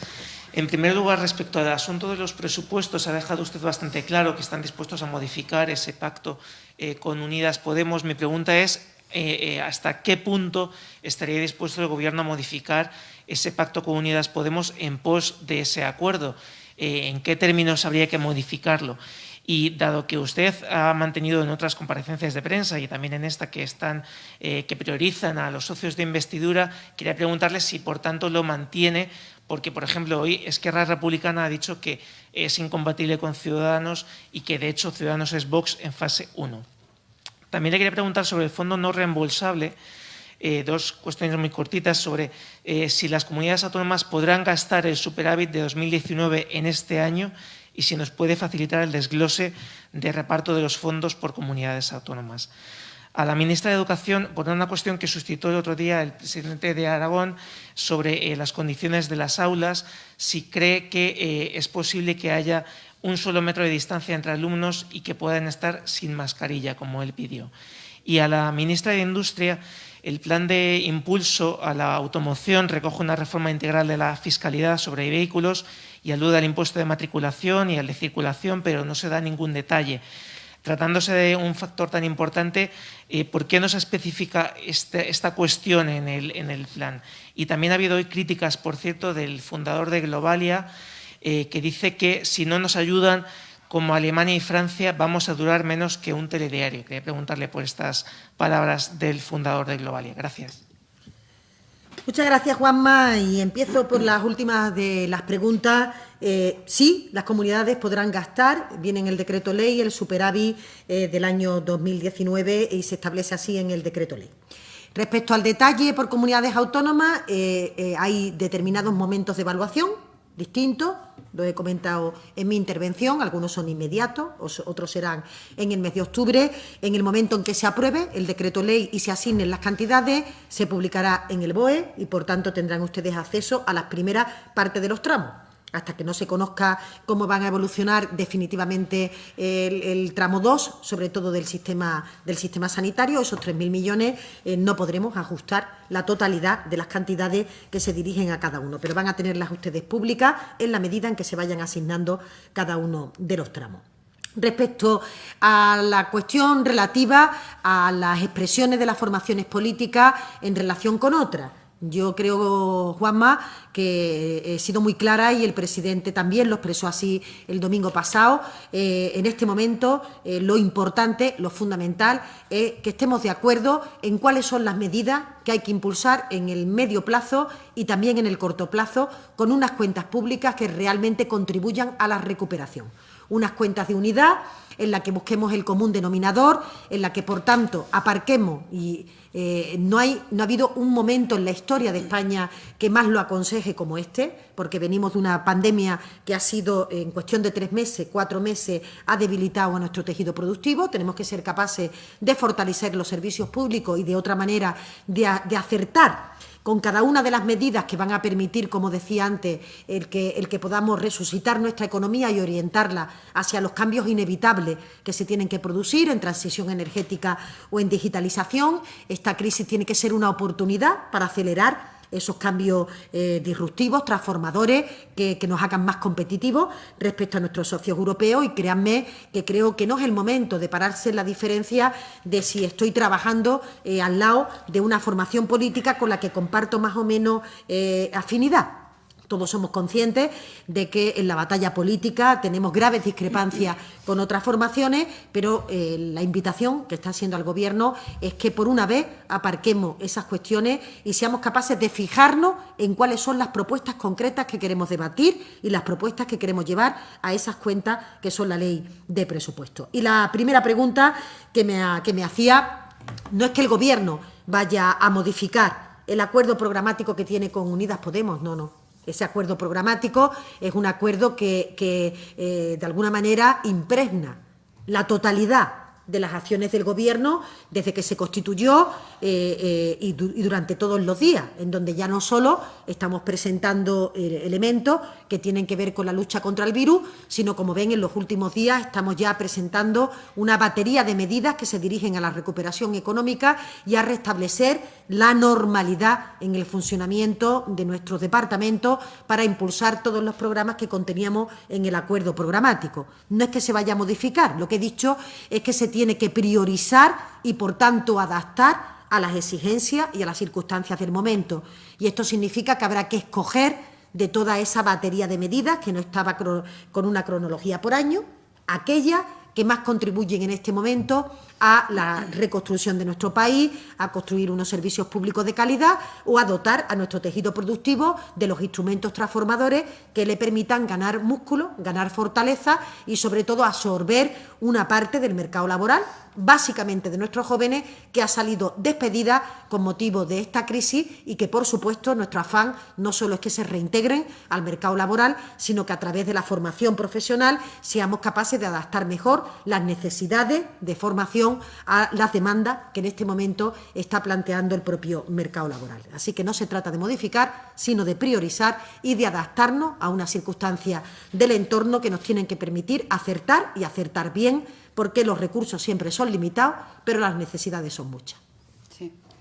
En relación a la pregunta que usted me formula sobre la educación, esto no es disponible para la ministra de Educación, ni siquiera para ningún ministro del Gobierno en este momento. Es una decisión que ya fue adoptada sobre la base científica y que está publicada y que está vigente, es legislación vigente. El Real Decreto Ley, así lo he publicado hace unos días en el Boletín Oficial del Estado, así la establece. Es la distancia de seguridad, 1,5 metros. Esa es la distancia de seguridad. Por tanto, esto no es un capricho, esto no es una cuestión de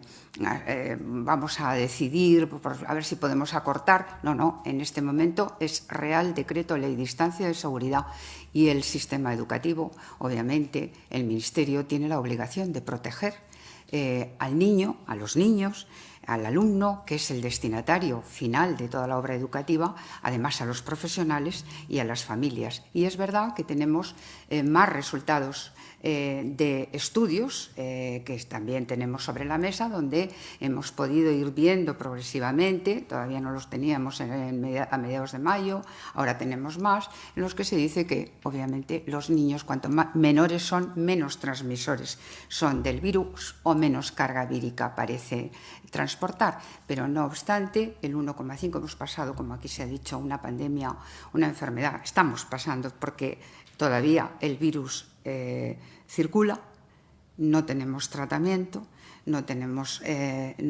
vacuna y obviamente nos hemos visto obligados a dictar unas medidas que son coyunturales, que son temporales y que esperamos, por el bien de todos, terminar un curso 2021 sin necesidad de aplicarlas porque haya desaparecido el virus. Pero hoy por hoy tenemos 1,5 en el Real Decreto Ley de Distancia de Medida de Seguridad y obviamente las mascarillas dispuestas a partir de los 6 años si no se observa esa distancia de seguridad. Hay una alternativa, son recomendaciones, propuestas establecidas por el Ministerio de Sanidad en relación a lo que se ha venido a llamar los grupos estables o grupos burbuja, que relacionándose entre sí pueden no tener mascarilla en clase porque se relacionan entre el grupo a modo de familia y con 1 o 2 o incluso 3 a lo sumo profesionales, pero que obviamente tienen que moverse como el módulo y no conectar con el resto de módulos que haya establecidos en infantil y hasta, decimos, cuarto de primaria. Sí, en relación con la pregunta que planteabas de la reforma integral de fiscalidad, hay distintas medidas en relación con ese pilar, el cuarto pilar del plan, medidas muy concretas que sí que hemos definido en el plan, como amortizaciones de inversiones o, por ejemplo, una mejora importante en las deducciones a la innovación de procesos y otras que efectivamente tienen que ver más con una reforma integral de 2 impuestos, el impuesto de matriculación y el impuesto de circulación. Los dos, en un caso, corresponde a las comunidades autónomas, está cedido y en el caso de circulación, como saben, a las entidades locales y, por lo tanto, nos hemos dado el marco del diálogo para que en todo lo que es el debate de la reforma, tanto del modelo de financiación autonómica como local, de hecho así se señala en el propio texto, se incluya también un debate con estos 2 ámbitos tan importantes de las competencias autonómicas y locales para definir de forma conjunta esa nueva fiscalidad del sector del automóvil que tanto reclaman y que efectivamente hay que alinear con esa movilidad sostenible y conectada que el propio plan inspira, que va más allá del corto, insisto, es un cambio de mentalidad también en cuanto a la transición hacia esa movilidad que queremos impulsar y hoy el MOVES es reflejo de esa política de orientación de la automoción hacia la movilidad sostenible. Y luego, en relación con Globalia, yo no comparto esta apreciación que hace Globalia, lo comentaba la ministra portavoz. Si ha habido un sector que este Gobierno le ha tutelado desde el primer día, ha sido el sector turístico. El primer Real Decreto Ley tenía una mirada exclusiva al sector turístico, con la ampliación de la línea de Thomas Cook a 400 millones, con la ampliación de las bonificaciones de los fijos discontinuos. Después hemos visto cómo el conjunto del plan de choque de esa red de seguridad ha beneficiado en mayor medida al sector turístico, puesto que es uno de los más impactados por el COVID. Ha dado los datos la ministra portavoz, prácticamente el 30% de los beneficiarios de ERTES corresponden al sector turístico, cerca de 1 millón de trabajadores y trabajadoras están protegidos por ERTES. En el caso de la línea de Thomas Cook, de la línea, Ico, de los avales, es el sector que también más se ha beneficiado. También en el marco de la prestación extraordinaria por cese de actividad y, por lo tanto, yo creo, para ser honestos, que este Gobierno, como decía la ministra portavoz,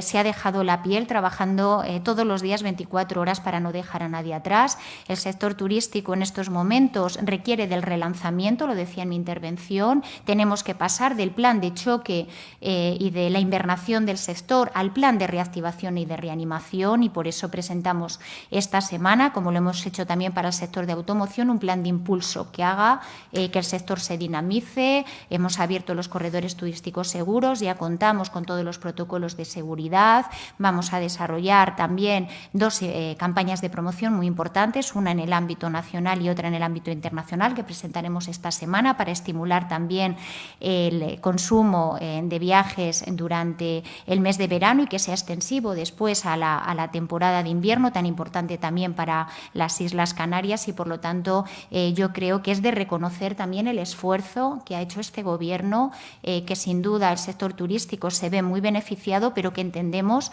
que es un sector muy impactado por el COVID y que, por lo tanto, la reanimación, el impulso que le vamos a dar con ese plan que aprobaremos el jueves, nos va a permitir transitar y recuperar la fortaleza de un sector clave para nuestra economía, el 12% del PIB, casi 3 millones de empleos directos, y, por lo tanto, creo que es de reconocer también el esfuerzo que este Gobierno ha hecho y que, por supuesto, vamos a hacer con ese plan de impulso. Pregunta a la CNN.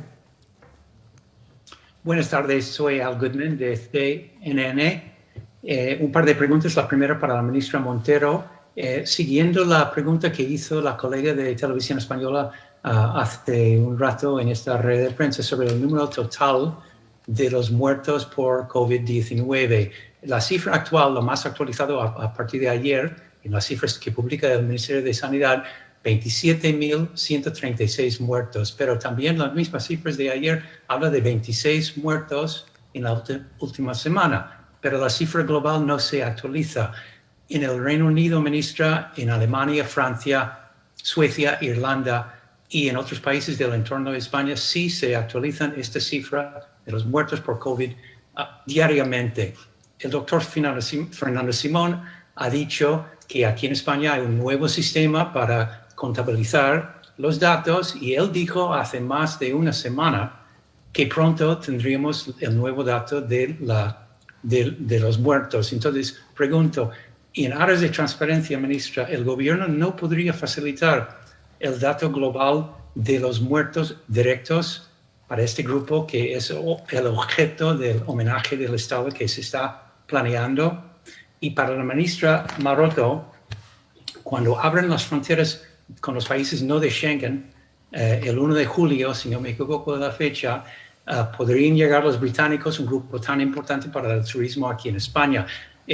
¿Van a aplicar a los británicos que llegan, que tienen que someterse a una cuarentena de 2 semanas, como actualmente exige el Reino Unido para los españoles que llegan allí? Como dijo la ministra de Asuntos Exteriores española en una entrevista en las últimas horas, se está contemplando posiblemente un plan recíproco para los británicos. ¿O usted cree, ministra, que esto no va a pasar con los británicos? Muchas gracias a los dos. Las gracias se las damos a usted por las preguntas y decirle en primer lugar que yo quiero volver a insistir que España cuenta con uno de los sistemas de registro, de los sistemas de información más garantistas y más transparentes a nivel internacional y del conjunto de la Unión Europea. Nosotros seguimos a pie juntillas las recomendaciones, las instrucciones de la Organización Mundial de la Salud respecto a cómo hay que contar a las diferentes personas que son afectadas por la pandemia, bien porque sean hospitalizadas, bien porque sean personas que hayan fallecido. Y el ministro Illa, el ministro de Sanidad, cada vez que tiene comparecencia pública, con ese motivo lo vuelve a reiterarlo y a insistirlo. En nuestro país contamos a las personas fallecidas, aquellas personas que tienen una PCR positiva, por tanto, un diagnóstico seguro de tener esa enfermedad. Y luego, lo que sí tienen todos los estudios epidemiológicos, como decía al principio, es que cuando finaliza la situación aguda de atención a la enfermedad, es una serie de recopilación de todo lo que se puede haber construido o constituido como mortalidad indirecta, como personas afectadas que no se tengan contabilizadas, como elementos colaterales. Eso forma parte de la metodología de análisis de los estudios epidemiológicos y en ese sentido se hará. Pero nuestro sistema de registro de la enfermedad contabiliza diariamente los movimientos que se han producido en las horas anteriores, eso sí, cuando la enfermedad ha transcurrido en los 7 días, en los 14 días previo a que se esté dando el dato. Lo que es la actualización de datos de rescate, si me permiten esa expresión, que hay en las comunidades autónomas,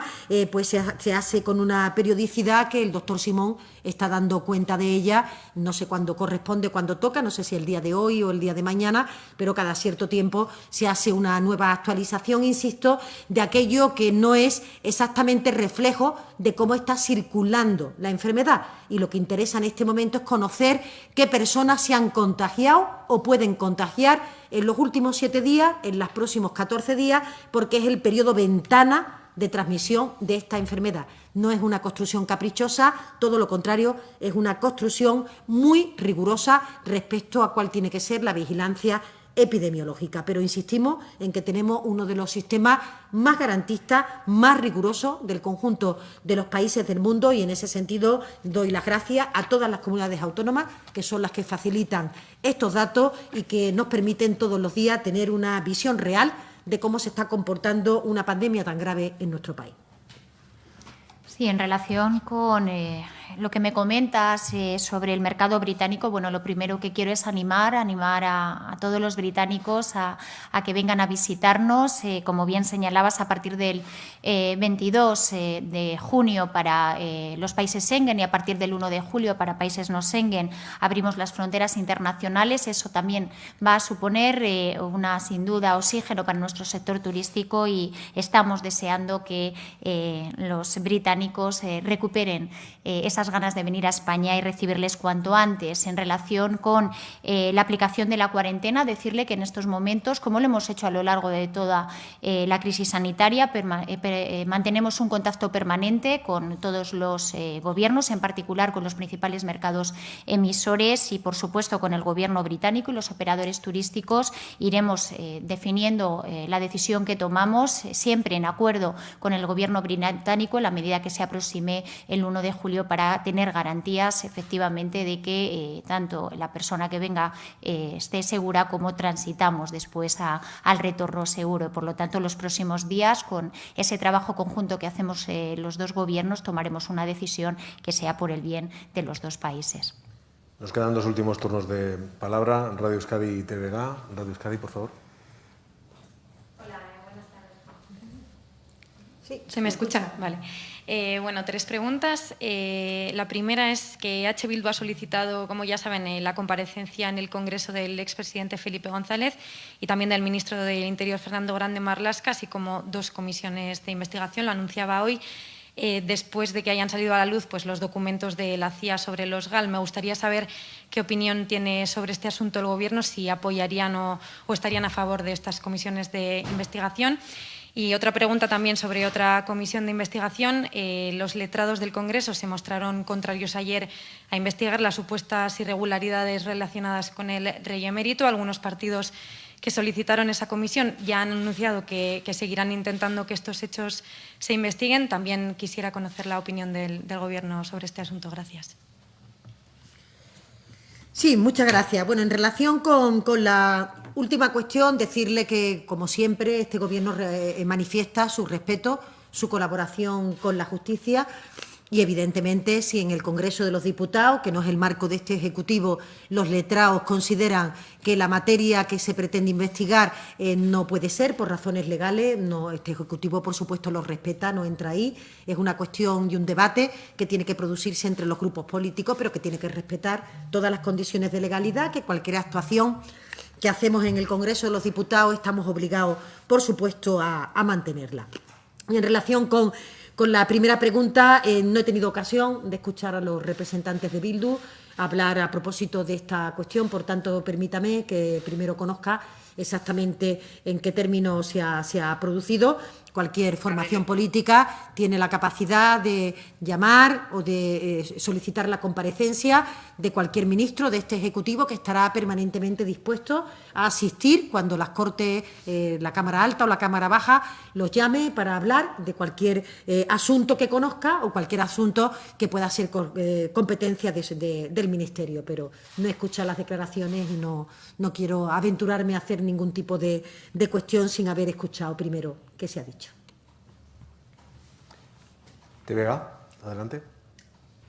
¿Qué tal? Buenas tardes. Soy Luis Enrique Ramos de Televisión de Galicia. Las primeras preguntas, el primer bloque de preguntas sería para la ministra de Industria, para Reyes Maroto. En 2 días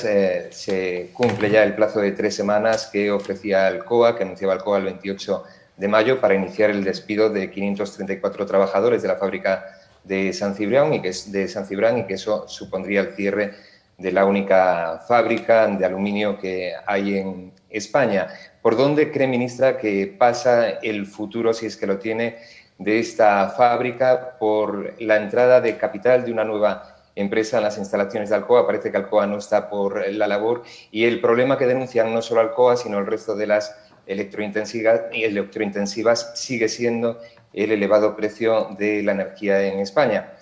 Quería una valoración de esto a raíz de esta pregunta. No sé si hoy lo han hecho o será en el siguiente Consejo de Ministros, la aprobación del Fondo de Reservas para Garantías que anunciaba hace unos días en el Senado, un fondo que el Comité de Empresa de Alcoa San Cibrián considera que puede ser una herramienta a largo plazo, pero que no creen que pueda atajar la problemática que existe en este momento. Además de los temas relacionados directamente con Alcoa, también con su sucesora en A Coruña, las cosas están complicadas en Alu Ibérica. Está pendiente la convocatoria de la mesa industrial después del fracaso de hace 5 días. Le están pidiendo que se convoque esa mesa. Se va a implicar personalmente. Tiene fecha ya para ese encuentro con la empresa, los trabajadores y el Gobierno gallego. Y a la ministra portavoz quería preguntarle por el fondo autonómico, el fondo COVID. Parece que finalmente el peso de la población protegida es inferior al que se le pedía desde algún gobierno autonómico. Desde luego, parece que prácticamente la mitad, si no menos, del peso que tuvo en el reparto en marzo de los 300 millones del Fondo Social. No sé si este asunto está suficientemente tratado o dialogado, consensuado con los gobiernos autonómicos. Y por último, y con esta termino, quería preguntarle qué grado de permeabilidad puede haber en los distintos capítulos que forman ese fondo, si las comunidades autónomas van a tener algún margen de reconducir esos fondos para atender las necesidades específicas que se puedan dar en los diferentes territorios. Muchas gracias. Pues muchas gracias por la pregunta. En relación con la primera, que tiene que ver con Alcoa de San Cibrián, lo primero que quiero manifestar es, como lo hago siempre, la solidaridad de este Gobierno con los trabajadores y las trabajadoras de esa planta, una planta que, como saben, conozco bien y que, por lo tanto, desde el primer momento nos hemos implicado en buscar una solución de continuidad y, sobre todo, para garantizar las capacidades productivas y el empleo. Como bien dice, esta semana finaliza el plazo que la empresa se dio para tener esas conversaciones informales sobre el cierre, lamentablemente, de la planta de aluminio. Yo lo primero que le tengo que decir, porque esa fue una conclusión que se adoptó la semana pasada en la mesa de seguimiento,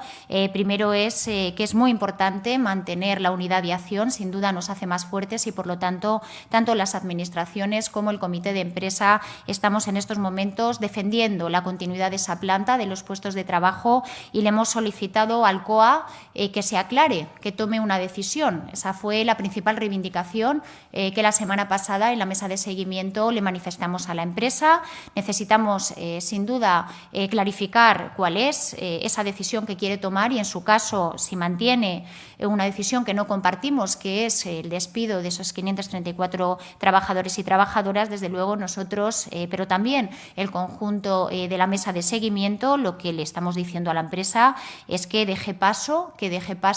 a otra inversión, a otro proyecto de inversión que garantice esas capacidades productivas. Por lo tanto, lo primero, y aprovecho esta pregunta para seguir reivindicando a la empresa que se aclare, que nos diga si tiene un proyecto industrial para la planta de San Cibrián. Rechazamos el conjunto de los integrantes de la mesa de seguimiento la decisión que el 28 de mayo conocimos. Creemos que hay un proyecto industrial y, por lo tanto, el Gobierno de España, con el conjunto de las administraciones locales y autonómicas y el comité de empresa, pues vamos a trabajar, como lo hemos hecho estos 2 años, por defender esas capacidades productivas y el conjunto de los trabajadores y trabajadoras. Señalabas el elevado precio de la energía. Yo tengo que decir que en estos momentos y, lamentablemente, como consecuencia de la crisis del COVID, en estos momentos, insisto, no hay un problema de precio. De hecho, el precio del kilovatio hora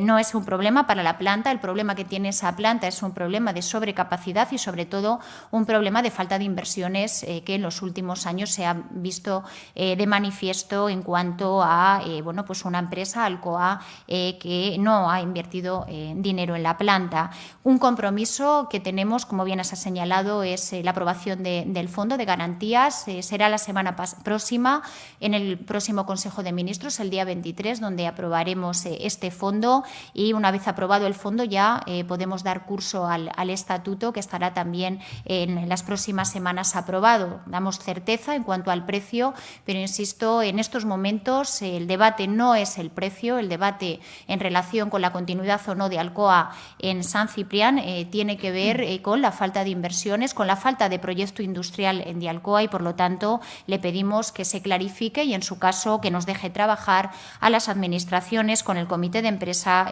para definir otro proyecto industrial que garantice la continuidad de las capacidades productivas y del empleo. Señalaba en relación con la Ibérica, la semana pasada sí hubo mesa de seguimiento y, de hecho, el Ministerio de Industria estuvo presente el director general de Industria. Quienes faltaron a esa convocatoria fue Parter y, en su caso, Alcoa, que también estaba invitado. Desde luego, para nosotros es muy importante que esa mesa funcione, que le demos todo el contenido necesario, y, de hecho, uno de los acuerdos de la mesa que convocaremos de forma continua para seguir avanzando en la solución de las dos plantas de Aluibérica. Uno de los acuerdos que se adoptó fue solicitar al Alcoa y a Parter los contratos y los compromisos que asumieron. Uno muy importante, que, como saben, es el mantenimiento de los empleos hasta julio del 2021, y, por lo tanto, ese acuerdo lo estamos llevando a cabo pidiendo a Alcoa y a Parter el conocimiento para que esa mesa pueda seguir avanzando en la solución y en la continuidad de las dos plantas, y en eso estamos ahora trabajando, recabando esa información, y la compartiremos con la mesa, el conjunto de los integrantes, para ir tomando decisiones siempre con el mismo objetivo, que es, como le decía, el mantenimiento de los puestos de trabajo y de las capacidades productivas. Señalaba sobre mi implicación. Yo me he implicado desde el primer momento, no solo en la resolución de las crisis industriales, también en generar oportunidades para la industria, para que haya inversión, y hoy el Consejo de Ministros ha aprobado, como he señalado, un paquete importante de inversión industrial que da ese paso que necesita la industria para digitalizarse, para avanzar hacia sostenibilidad, en ese marco de apoyo a la recuperación económica y social que en estos momentos el Gobierno está desarrollando, con una hoja de ruta que da continuidad a un esfuerzo que por parte de este Gobierno ha puesto en la industria, y especialmente en la industria gallega, que tanto nos preocupa y nos ocupa. Sí, Luis, muy brevemente ya, en las últimas preguntas, decir que es la primera vez que un Gobierno pone a disposición de las comunidades autónomas 16.000 millones de euros, que se suman al resto de libramiento y hacen un total de 24.500 millones de euros que se ponen a disposición para la sanidad, para la educación, para las políticas que tienen que acometer. La distribución de recursos en una España plural, diversa, siempre entraña una complejidad. Lo que un territorio prefiere no es lo que otro territorio le viene bien en términos de densidad de población, de envejecimiento de población o de las circunstancias geográficas que tienen en su entorno. A esto se le añade o se le agrava la situación de que el impacto de la pandemia ha sido desigual en diferentes partes de España, y se trataba también de compensar, de que no sufrieran las cuentas públicas con motivo de la enfermedad, por lo que los criterios que se han